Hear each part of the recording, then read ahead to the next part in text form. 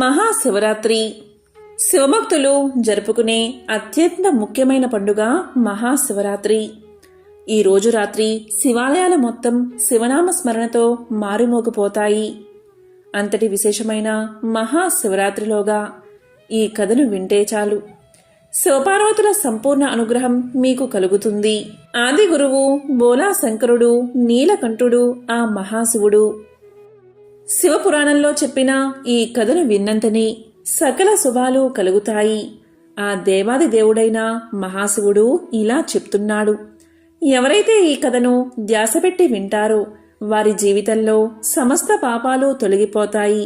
వారి జీవితంలో నుండి సమస్త దుఃఖాలు నాశనం అయిపోతాయి. ఎవరైతే ఈ కథను శ్రద్ధగా వింటారో వారిపై మహాదేవుడి కృప ఎప్పుడూ ఉంటుంది. ప్రతి సంవత్సరం మాఘమాసంలో శివరాత్రి వస్తుంది. ఈరోజు మనం ఈ ప్రత్యేకమైన శివరాత్రి కథను ఇప్పుడు విందాం. అయితే ఈ మహాశివరాత్రి వ్రతాన్ని చేసేవారు లేదా సోమవార వ్రతాన్ని చేసేవారు ఈ కథను విన్నట్లయితే ఈ కథ వారికి ఒక వరం వంటిది. మంచి కర్మలు చేయడానికి ఈ కథ ఒక ప్రేరణలా ఉంటుంది. మనుషులు తమ జీవితంలో సన్మార్గంలో నడవడానికి ఈ కథ ఒక ప్రేరణలా ఉంటుంది. ఆ కథ ఏంటో ఇప్పుడు విందాం. పూర్వకాలంలో ఒక నగరంలో ఒక సేటు అతని భార్య ఉండేవారు. వారికి అన్నానికి కాని ధనానికి కాని ఎటువంటి లోటు లేదు. కాని వారు జీవితంలో ఏ దాన ధర్మాలు కాని పుణ్యకార్యాలు కాని చెయ్యలేదు. వారు జీవితంలో ఎప్పుడూ ఎవరికీ కూడా కనీసం భిక్ష కూడా వేయలేదు. అలాంటి వారికి తినేవాళ్లే లేరు, అంటే వారికి సంతానం లేదు. ఆ సేటు ఇంటి దగ్గరలో ఒక రావి చెట్టు ఉండేది. ఆ రావి చెట్టు పైన ఒక అందమైన పక్షి గూడు కట్టుకుని నివసిస్తూ ఉండేది. దానికి కూడా 2 చిన్న చిన్న పిల్లలు ఉన్నాయి. ఆ పక్షి నగరంలోకి ఆహారం కోసం వెళుతూ ఉండేది. ఆహారాన్ని తెచ్చి తన గూటికి చేరుకుని తన పిల్లలకు తినిపించేది. అటువంటి పక్షి రోజూ నగరంలోకి వెళ్లి ఆహారం సేకరించే క్రమంలోనే సేటు ఇంటికి కూడా వెళుతూ ఉండేది. కాని అక్కడ ఆ పక్షికి ఒక దానా కూడా ఎప్పుడూ లభించేది కాదు. పక్షి ఇలా ఆలోచిస్తూ ఉండేది. ఈ నగరంలో పెద్ద ఇల్లు ఈ సేటుదే. చాలా ధనవంతుడు ఇతను. కాని ఇతను ఎటువంటి దానాలు చేయడం లేదు. కనీసం ఎవరికి భిక్ష కూడా వేయడం లేదు. ఏ జీవ జంతువులకు ఇతను సహాయం చేయడం లేదు. పక్షులకి ధాన్యం కూడా వేయడం లేదు. ఈ సేటు చాలా పిసినారి అనుకుంది. ఒకరోజు పక్షి తన గూటి నుంచి వెళ్లి ఆ సేటు ఇంటికి వెళ్లి కూర్చుంది. అదే సమయంలో ఆ సేటు మరియు అతని భార్య ఇలా మాట్లాడుకుంటున్నారు. సేటు భార్య సేటుతో ఇలా చెప్తుంది. మన దగ్గర చాలా ధనముంది, ఎంతో సంపద ఉంది. ఈ నగరంలోనే మనం ధనవంతులం. మనకు ధనానికి ఎటువంటి లోటు లేదు. ఈ ధనాన్ని మనం ఏం చేసుకుంటాం? మనకు వారసులు లేరు కదా. ఈ ధనాన్ని తినేవారు ఎవరో అని భర్తను అడిగేసరికి దానికి సేటు ఇలా పలుకుతాడు. ఇందులో మనం చేసేదేముంది? మన తలరాత ఇలా ఉంది. మన తలరాతలో పుత్ర ప్రాప్తి లేదు. ఎప్పటి వరకు మనం జీవించి ఉంటామో అప్పటి వరకు ఈ ధనాన్ని ధాన్యాన్ని తింటాం. అలాగే ఎవరి తలరాతలైతే ఈ సంపాదన తినాలి అని ఉందో తరువాత ఈ సంపదను వారు తింటారు. ఈ విధంగా వారు మాట్లాడుకుంటూ ఉన్నారు. ఆ పక్షి అదంతా కూడా చాలా ధ్యాసపెట్టి వింటుంది. వారి మాటలు విన్న తర్వాత ఆ పక్షి అక్కడ్నుంచి వెళ్ళిపోతుంది. తన ఆహారాన్ని సేకరించుకుని తిరిగి మళ్ళీ గూటికి చేరుకుంటుంది. కాని ప్రతిరోజు కూడా సేటు ఇంటికి వెళ్ళి వారు మాట్లాడుకునే మాటలు అన్నీ కూడా వింటూ ఉండేది ఆ పక్షి. ఆ పక్షి చాలా మంచి స్వభావం కలిగినది. దాని మనసు చాలా దయ కలిగింది. ఆ సేటు భార్య కూడా రోజు పక్షిని చూస్తూ ఉండేది. ఆ సేటు భార్యకు ఆ పక్షి బాగా నచ్చింది. దీంతో ఆమె సేటుకు తెలియకుండా దాచిదాచి ఆ పక్షికి ఆహారం పెట్టడం మొదలుపెట్టింది. ఆ పక్షి ఆహారాన్ని తింటూ ఉండేది. ఇలా కొన్ని రోజులు గడిచాయి. ఒకరోజు ఆ పక్షి మనసులో ఇలా అనుకుంది, ఈ సేటు భార్య చాలా మంచిది, నాకు రోజూ కూడా ధాన్యాన్ని వేస్తుంది. కానీ వారింట్లో పుత్రులు లేరు. ఏం చెయ్యాలి? నేను ఏం చేస్తే ఆ సేటు భార్యకు పుత్రుడు కలుగుతాడు? ఒక స్త్రీ ఎప్పటి వరకు అయితే తల్లి కాకుండా ఉంటుందో అప్పటి వరకు పరిపూర్ణమైన స్త్రీ అవ్వలేదు కదా. ఒక ఆడదాని బాధ ఇంకొక ఆడదే కదా అర్థం చేసుకోగలుగుతుంది అని అనుకుంటూ ఆ సేటు భార్యని తలుచుకుంటూ తనలో తాను ఎంతో బాధపడుతూ ఉండేది. నేను వీళ్ల కోసం ఏం చేయగలుగుతాను అని తనలో తాను చాలా ఆలోచించుకుంటూ ఉండేది. ఇలా అనుకుంటూ ఉండగా దానికి ఒక ఆలోచన వచ్చింది.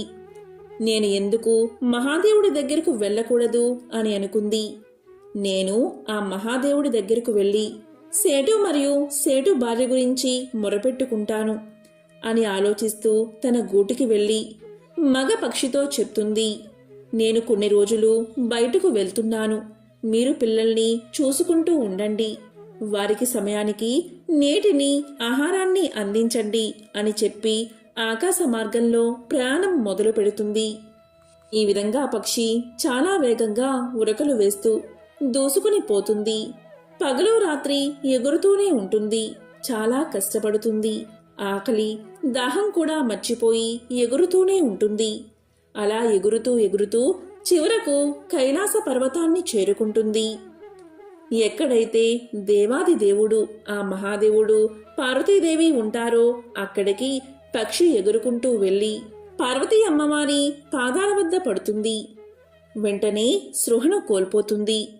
పక్షిని స్పృహలోకి తీసుకువచ్చి పార్వతీదేవి ఇలా అడుగుతుంది, ఓ పక్షి, నీవు ఎవరు? ఎక్కడ్నుంచి వచ్చావు? ఎందుకు కంగారు పడుతున్నావు అని అడుగుతుంది అమ్మవారు. దానికి పక్షి ఇలా చెప్తుంది, అమ్మా పార్వతీమాత, నేను చాలా దుఃఖంలో ఉన్నాను. నేను చాలా దూరం నుంచి వచ్చాను. కానీ ఈ దుఃఖమైతే నా కోసం కాదు, వేరే వారి కోసం నేను దుఃఖంలో ఉన్నాను అని అనగా పార్వతీదేవి ఇలా అంటుంది, చూడు పక్షి, నాకు అర్థమయ్యేలా చెప్పు. అసలు విషయం ఏమిటి? వివరంగా చెప్పు అని అడుగుతుంది. దానికి పక్షి ఇలా చెప్తుంది, అమ్మా, ఎక్కడైతే నేను నివాసం ఉంటున్నానో అక్కడ ఒక సేటు అతని భార్య నివసిస్తున్నారు. వారికి పుత్రులు లేరు. ఆ సేటు భార్య చాలా మంచిది. ఆమెకు ఒక పుత్రుణ్ణి ప్రసాదించండి అని పక్షి అడుగుతుంది. అలా అడిగి వెంటనే స్పృహను కోల్పోతుంది. దీంతో పార్వతీదేవి మళ్లీ పక్షిని స్పృహలోకి తీసుకురావడానికి చాలా ప్రయత్నం చేస్తుంది. చాలా సమయం తర్వాత పక్షి మళ్లీ స్పృహలోకి వస్తుంది. అప్పుడు పార్వతీమాత పక్షికి ఆహారాన్ని పెట్టి నీటిని అందిస్తుంది. పక్షితో ఇలా చెప్తుంది, ఓ పక్షి, నీవు చింతించకు. కొంత సమయంలోనే మహాదేవుడు ధ్యానం నుంచి లెగుస్తారు. తరువాత నీవు మహాదేవుడితో మాట్లాడు అని చెప్తుంది మాత. ఇక మహాదేవుడు నిద్ర లేస్తాడు. ఇక పార్వతీదేవి ఆ పక్షిని చేతిలోకి తీసుకుని మహాదేవుడి దగ్గరకు వెళ్తుంది. ఓ మహాదేవా, ఫలానా నగరంలో ఒక సేటు భార్య నివాసం ఉంటున్నారు. వారి తలరాతలో పుత్రులు ఉన్నారా లేరా అని పార్వతీదేవి అడుగుతుంది. ఇక మహాశివుడు ధ్యానంలోకి వెళ్లి అంతా తెలుసుకుని పార్వతీదేవితో ఇలా పలుకుతాడు, చూడు దేవి, వారి తలరాతలో పుత్రులు లేరు అంటాడు. అప్పుడు పార్వతీ అమ్మవారు ఇలా పలుకుతుంది, స్వామి, వారి తలరాతలో పుత్రులు లేకపోయినా సరే మీరు వారికి ఒక పుత్రుణ్ణి ఇవ్వాలి అంటుంది. దానికి మహాశివుడు, పార్వతి, నేను చెప్పాను కదా, వారి తలరాతలో పుత్రులు లేరు. అలాంటిది నేను పుత్రుణ్ణి ఎలా ఇస్తాను అని అంటాడు. దానికి పార్వతీదేవి ఇలా పలుకుతుంది, చూడండి స్వామి, ఈ పక్షి చాలా దూరం నుంచి వచ్చింది. ఈ పక్షి చాలా ఆశతో వచ్చింది. మనం సహాయం చేస్తామని వచ్చింది. తన ఆకలిని దాహాన్ని కూడా వదిలి ఎగురుకుంటూ ఇక్కడికి చేరుకుంది. దాన్ని ఖాళీ చేతులతో నేను పంపలేను అంటుంది అమ్మవారు. పార్వతీదేవి చెప్పిన మాటలు విని మహాశివుడు ఇలా పలుకుతాడు, చూడు పార్వతి, నీ ప్రతి మాట నెరవేర్చే బాధ్యత నాకుంది. నీవు అడుగుతున్నావు కాబట్టి ఆ సేటు మరియు సేటు భార్యకు నేను ఒక పుత్రుణ్ణి ప్రసాదిస్తాను. కానీ నీవు ఆ పక్షికి చెప్పు, ఆ సేటు భార్య ఎటువంటి దాన ధర్మాలు చేయడం లేదు, పుణ్యకార్యాలు చేయడం లేదు. కానీ వారికి పుత్రుడు కలిగాక మాత్రం దాన ధర్మాలు చెయ్యాలి, పురాణ కథలు చదవాలి, గుడిలో దేవుణ్ణి దర్శించాలి, భిక్షాటన చేసేవారికి భిక్ష వెయ్యాలి, భగవన్నామ స్మరణ తప్పకుండా చెయ్యాలి అని చెప్పాడు మహాశివుడు. దానికి పక్షి ఇలా పలుకుతుంది, ఓ మహాదేవా, మీరు చెప్పినట్లే జరుగుతుంది అని అన్నిటికీ ఒప్పుకుంటుంది. ఇక పరమేశ్వరుడు తదాస్తు అని చెప్పి పక్షికి వరాన్ని ప్రసాదిస్తాడు.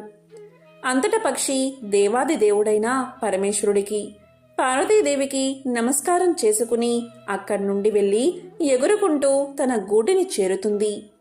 ఇది జరిగిన కొంతకాలానికి సేటు భార్య గర్భాన్ని ధరించి 9 మాసాలు నిండిన తర్వాత ఒక పుత్రుణ్ణి కంటుంది. దాంతో వారిద్దరూ ఎంతో సంతోషంగా ఉంటారు.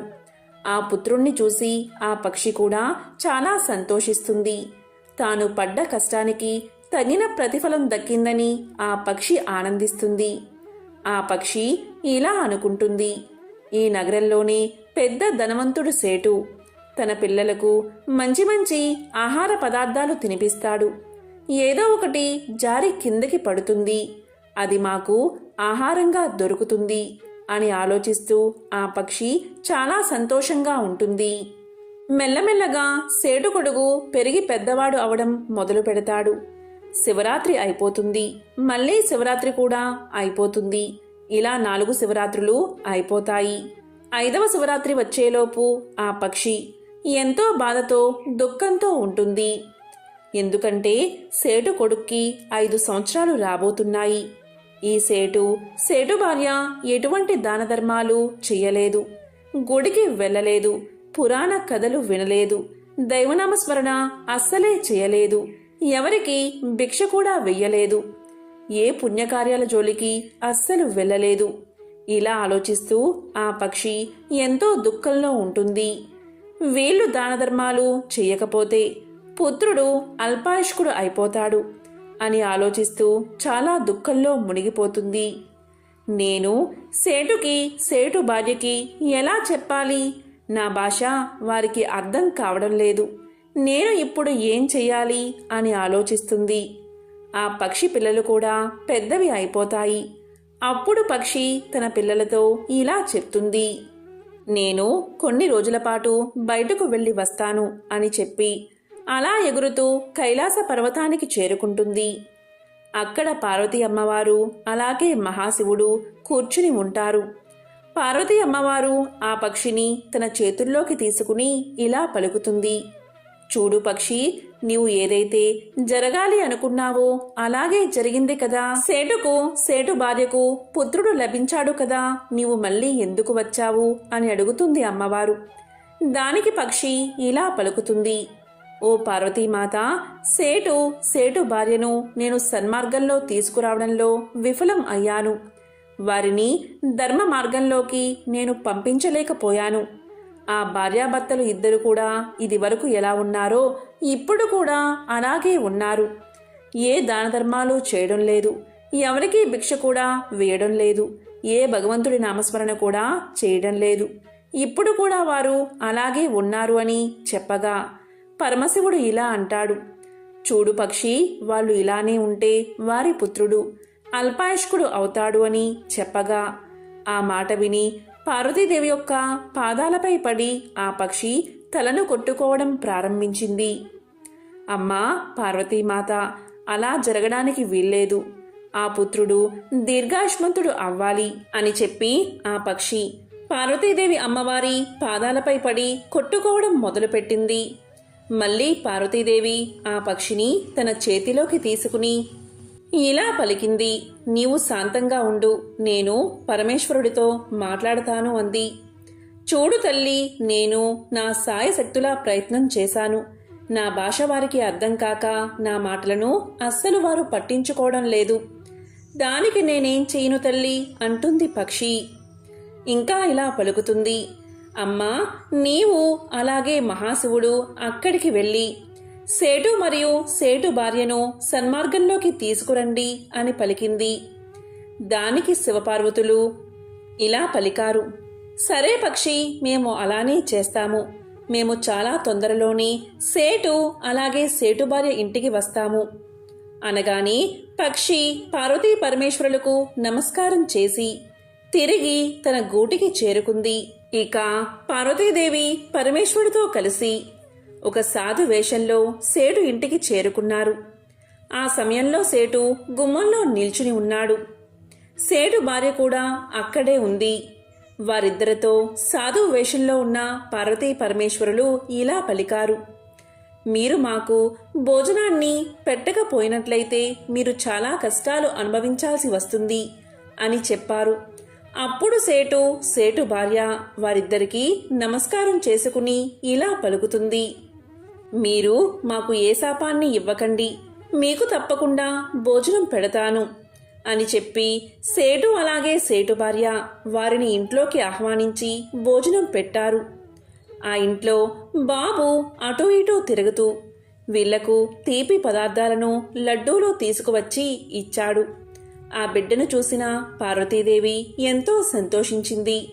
పార్వతీదేవి ఇలా ఆలోచిస్తుంది, ఈ బాలుడు మహాదేవుడి ప్రసాదం, అందుకే ఈ బాలుడు ఎంతో తేజస్సుతో ఉత్సాహంగా ఉన్నాడు అని అనుకుంటుంది. పార్వతీ పరమేశ్వరులు భోజనం చేసిన తర్వాత ఇద్దరూ కూడా బయటకు వెళ్లారు. అప్పుడు సేటు భార్య కూడా బయటకు వచ్చారు. వారిద్దరూ కూడా పార్వతీ పరమేశ్వరులకు నమస్కారం చేసుకుని ఇలా పలికారు, సాధువులారా, మేము చేసిన సేవలో ఏదైనా లోటు జరిగి ఉంటే మమ్మల్ని క్షమించండి అన్నారు. అప్పుడు మహాదేవుడు ఇలా పలికాడు, ఇద్దరూ చాలా జాగ్రత్తగా ధ్యాస పెట్టి వినండి. మీరు తప్పులు అయితే చాలానే చేశారు, ఇంకా చేస్తూనే ఉన్నారు. మీరు ఈ విధంగానే ఉంటేనే మీ పుత్రుడికి ఆపద రాను ఉంది. మీ పుత్రుడు చాలా త్వరగానే ఈ లోకాన్ని విడిచి వెళ్ళిపోతాడు అని అనగానే ఆ మాటలు విన్న సేటు అలాగే సేటు భార్య సాధువు రూపంలో ఉన్న పార్వతీ పరమేశ్వరుల పాదాలపై పడతారు. స్వామి, ఏదైనా మార్గం ఉంటే చెప్పండి, మేమేం చెయ్యాలి? చాలా సంవత్సరాల తర్వాత లేక మాకు ఒక పుత్రుడు జన్మించాడు. ఆ పుత్రుణ్ణి మేము కోల్పోవాలి అనుకోవడం లేదు అన్నారు వారిద్దరూ. దానికి పరమేశ్వరుడు ఇలా చెప్పాడు, లేవండి, ఇద్దరూ ధ్యాస పెట్టి వినండి. ఈ రోజు నుంచి మీ గుమ్మంలోకి ఎవరు వచ్చినా సరే వాళ్ళు ఖాళీ చేతులతో మీ ఇంటి నుంచి వెళ్ళకూడదు. వాళ్లకు దాన ధర్మాలు చెయ్యండి, అవసరంలో ఉన్న వారికి సహాయం చెయ్యండి, జీవ జంతువులకు సహాయం చెయ్యండి, ధర్మ కార్యక్రమాలు చెయ్యండి, పుణ్య కార్యక్రమాలు చెయ్యండి, మహాశివరాత్రి వ్రతాన్ని చెయ్యండి, ఈశ్వరుణ్ణి ప్రార్థించండి అని పలికాడు మహాశివుడు. మహాశివుడు చెప్పిందంతా విని భార్యాభర్తలు ఇద్దరూ కూడా వాళ్లకు నమస్కారం చేసి సాధువు రూపంలో ఉన్న పరమేశ్వరుడి పాదాలపై పడ్డారు. స్వామి, మీరు చెప్పిన విధంగానే చేస్తాము అన్నారు. అప్పుడు పరమేశ్వరుడు ఇలా అంటాడు, చూడండి, మీ ఇంట్లో ఆడుకుంటున్న మీ పుత్రుడు నిజానికి మీ తలరాతలో లేడు. కైలాసం వరకు ఒక పక్షి ఎగురుకుంటూ వచ్చింది. ఆ పక్షి కైలాసం వరకు వచ్చి పరమేశ్వరుని వేడుకుంది. ఆ పక్షి యొక్క కష్టం వల్లే ఈరోజు మీ ఇంట్లో ఒక అందమైన పుత్రుడు ఆడుకుంటూ ఉన్నాడు అని అనేసరికి అది విన్న సేటు మరియు సేటు భార్య ఇలా అంటారు, స్వామి, ఆ పక్షి ఎవరు అని అడుగుతారు. అప్పుడే ఆ పక్షి అక్కడకు వస్తుంది. పార్వతీ పరమేశ్వరులకు నమస్కారం చేస్తుంది. పార్వతీ పరమేశ్వరులు సేటు ఇంటికి వచ్చిన రోజే మహాశివరాత్రి.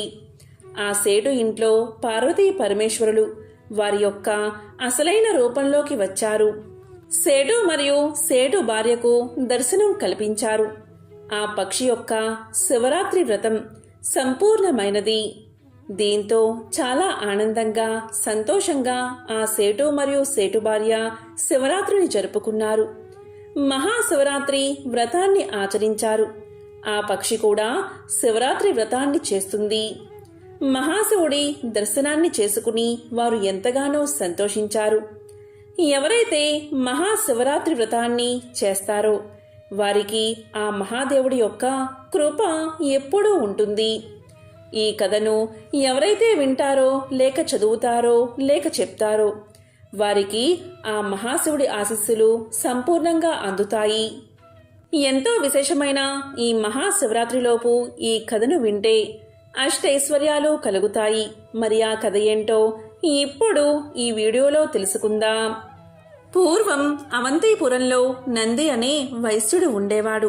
అతను గొప్ప శివభక్తుడు.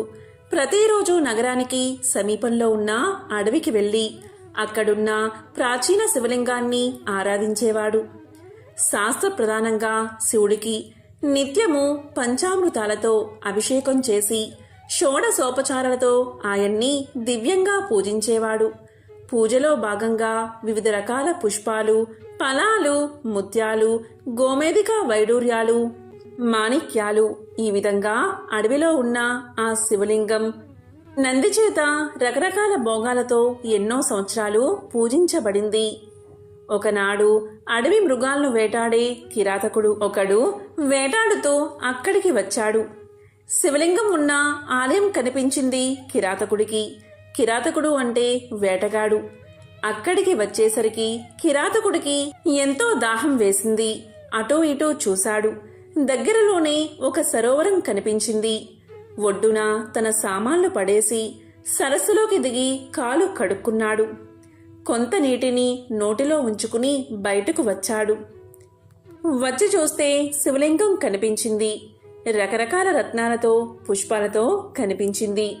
దాంతో కిరాతకుడు సరాసరి శివలింగం దగ్గరకు వచ్చి అక్కడున్న రత్నాలను పక్కకు తోసేసి తాను నోటిలో తెచ్చిన నీళ్లతో లింగానికి స్నానం చేయించాడు.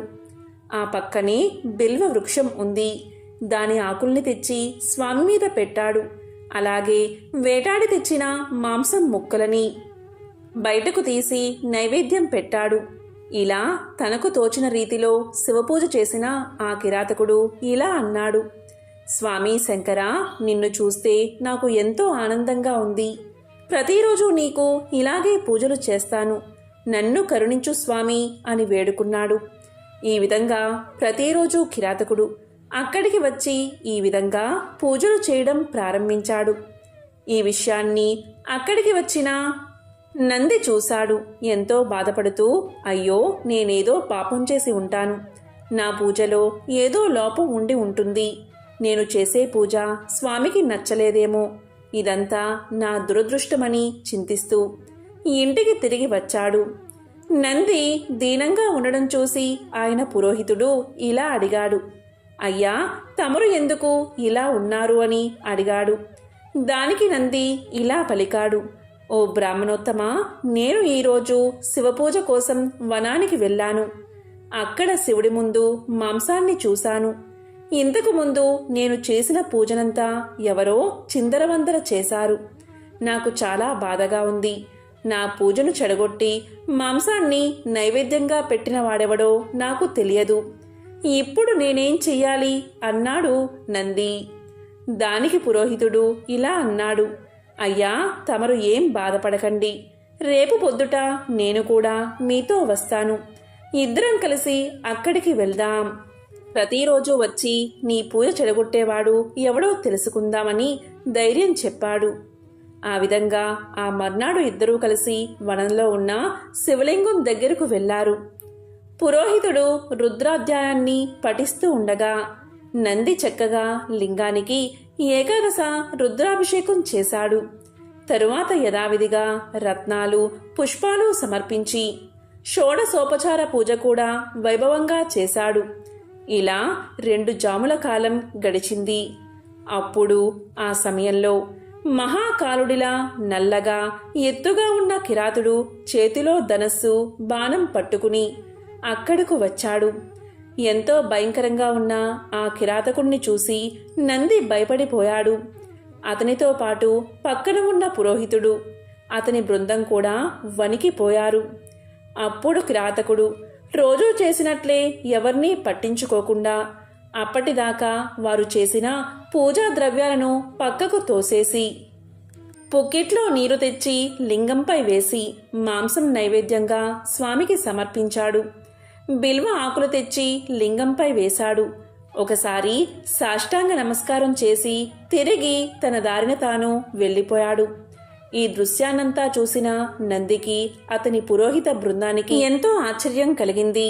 దీంతో నంది తిరిగి ఇంటికి వచ్చిన తర్వాత పండితులందరినీ పిలిచి ఈ విషయాన్ని వారికి చెప్పి, ఓ విప్రులారా, ఇప్పుడు నేను ఏం చెయ్యాలో చెప్పండి అన్నాడు.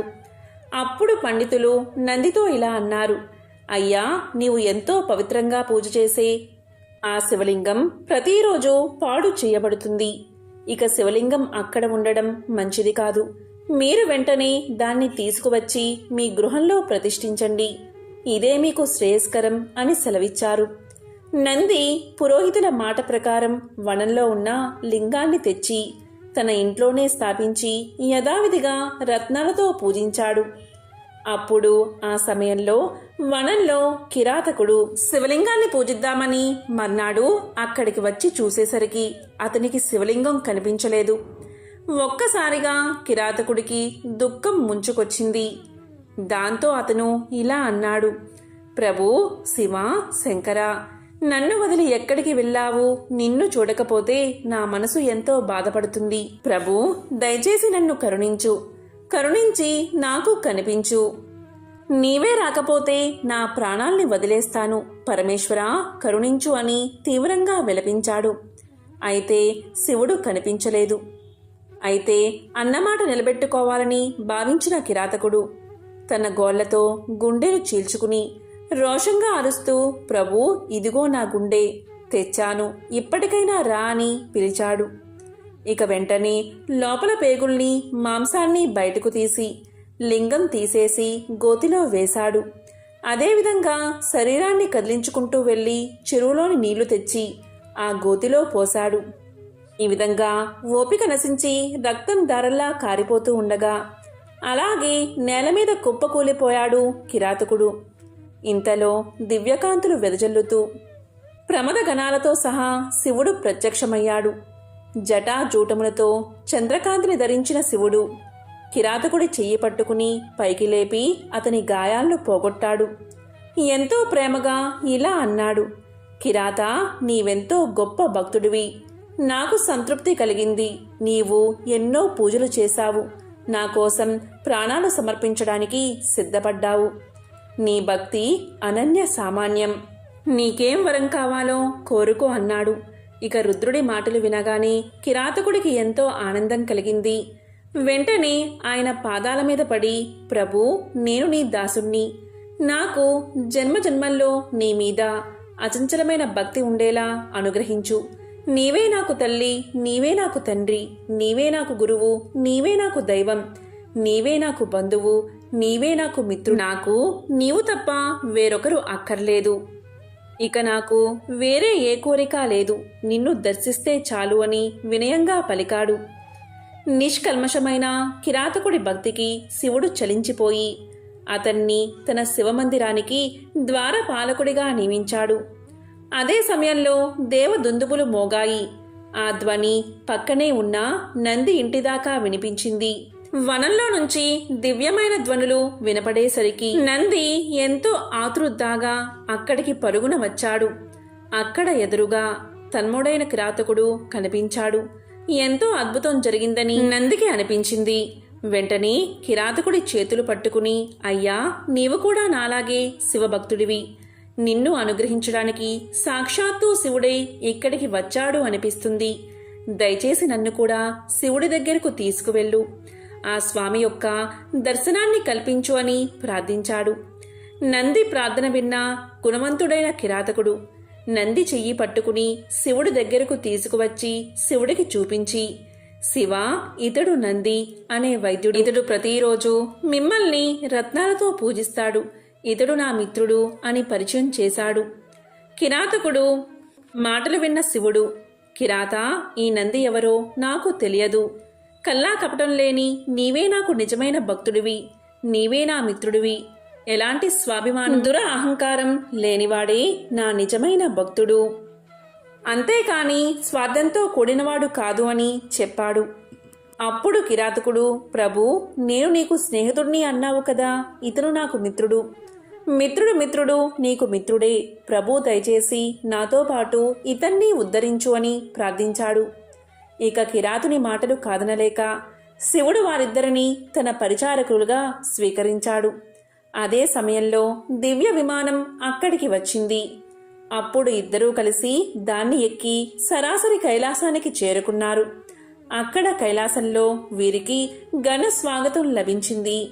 వారందరికీ కైలాసం చేరగానే శివుడి సారూప్యం లభించింది. వారు శివుడిలా మారిపోయారు. అప్పుడు పార్వతీదేవి నవ్వుతూ, నాదా, వీరిద్దరూ పరమ భక్తితో నిన్ను మెప్పించారు. వీరి జీవితం ఎంతో ధన్యమైంది. వీళ్ళిద్దరినీ ఏ కార్యంలో నియమిస్తే బాగుంటుంది అని అడిగింది.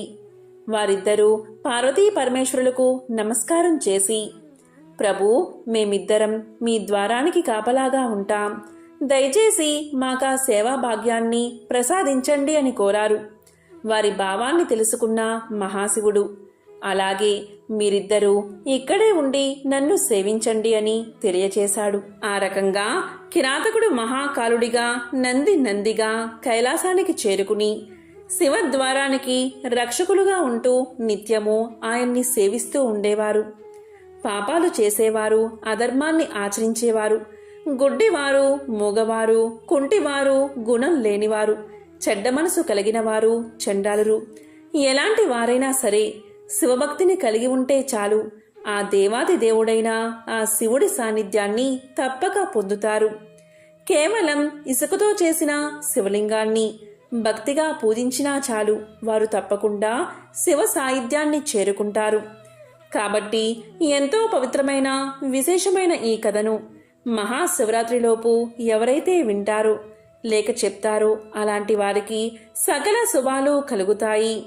వారి యొక్క జన్మజన్మల పాపాలు తొలగి కోటి జన్మల పుణ్యం వస్తుంది.